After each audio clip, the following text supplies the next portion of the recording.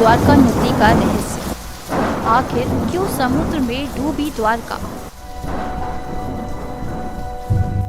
समुद्र में उपस्थित इसके अवशेष आज भी देते हैं प्रमाण।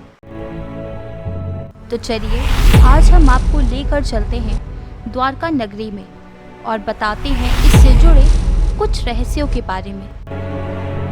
यूं तो श्री कृष्ण का साम्राज्य सिर्फ इस धरती पर ही नहीं बल्कि हर मनुष्य के दिल में है, लेकिन आज हम आपको श्री कृष्ण के उस अदृश्य साम्राज्य के दर्शन कराने वाले हैं जो इस धरती की सतह पर ही नहीं बल्कि समुद्र की गहराइयों की रेत में लिपटा हुआ है। जहाँ कभी श्री कृष्ण ने अपनी सत्ता की शुरुआत की थी, जहाँ का कण कण कृष्ण लीलाओं का साक्षी था, आज वहाँ सिर्फ समुद्र की लहरों का शोर सुनाई देता है। गोमती नदी और अरब सागर के संगम पर बसा विश्वास और इतिहास को जोड़ता ये नगर आज भी श्रद्धालुओं के लिए देवभूमि ही है। भारत के पश्चिमी तट पर लगभग 6500 स्क्वायर किलोमीटर तक फैले गुजरात में सौराष्ट्र जिले की तरफ जब बढ़ते हैं तो दूर से ही आसमान को चीरकर सनातन धर्म का बखान करती धर्म ध्वजा ये संदेश देती हुई दिखती है। यहाँ से साक्षात मोक्ष का पवित्र धाम शुरू होता है द्वारका नगरी, जिसका कुछ हिस्सा आज समुद्र की गहराइयों में कहीं गुमसा हो गया है। आज हम आपको श्री कृष्ण के द्वारका नगरी से जुड़े कुछ रहस्यों के बारे में बताने वाले हैं जो अद्भुत है, अकल्पनीय है, अविश्वसनीय है, जिसे स्वयं श्री कृष्ण ने बसाया था, जहाँ पर वो अपनी प्रजा के साथ रहते थे, जहाँ उनका राजपाट था। लेकिन अचानक आखिर ऐसा क्या हुआ था कि यह पूरा साम्राज्य समुद्र की अनंत गहराइयों में समा गया। द्वारका भारत के पवित्र 30 स्थलों में से एक है। ये न केवल धार्मिक रूप से बल्कि पुरातात्विक रूप से भी बहुत ज्यादा महत्वपूर्ण है।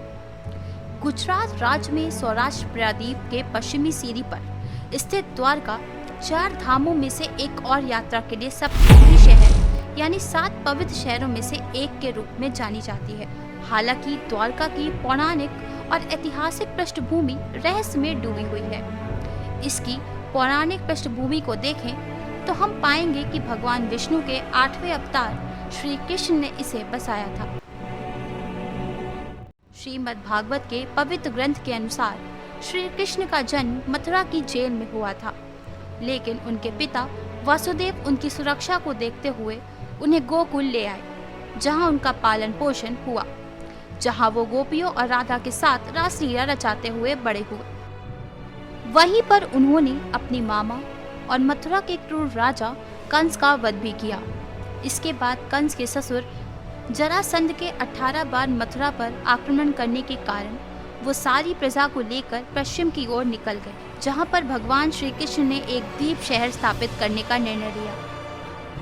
पौराणिक ग्रंथों में बताया जाता है कि श्री कृष्ण ने द्वारका बसाने के लिए समुद्र देवता से जमीन ली और महान आर्किटेक्चर विश्वकर्मा से रातों रात द्वारका का निर्माण करवाया। विशाल दीवारों से घिरी ये नगरी वास्तुकला की बेहतरीन मिसाल थी। धन दौलत से समृद्ध इस नगर के दरवाजे भी सोने के थे। हिंदू पुराण की माने तो द्वारका का निर्माण कृष्ण ने कुशस्थली नामक स्थान के निकट किया था। शहर तेजी से उभरा। इसमें लगभग 900 महलों में हजारों लोग रहते थे। शहर पूरी तरह से किले बंद था और केवल जहाज द्वारा ही यहाँ तक पहुँचा जा सकता था। लेकिन श्री कृष्ण ने जिस शहर को इतने प्यार से समुद्र के बीच में बसाया, वो शानदार शहर उसी समुद्र में डूब गया। द्वारका का ये खोया हुआ शहर आज दुनिया भर में चर्चा का विषय बन गया है। लेकिन सवाल अभी भी वही है कि ये डूबा कैसे।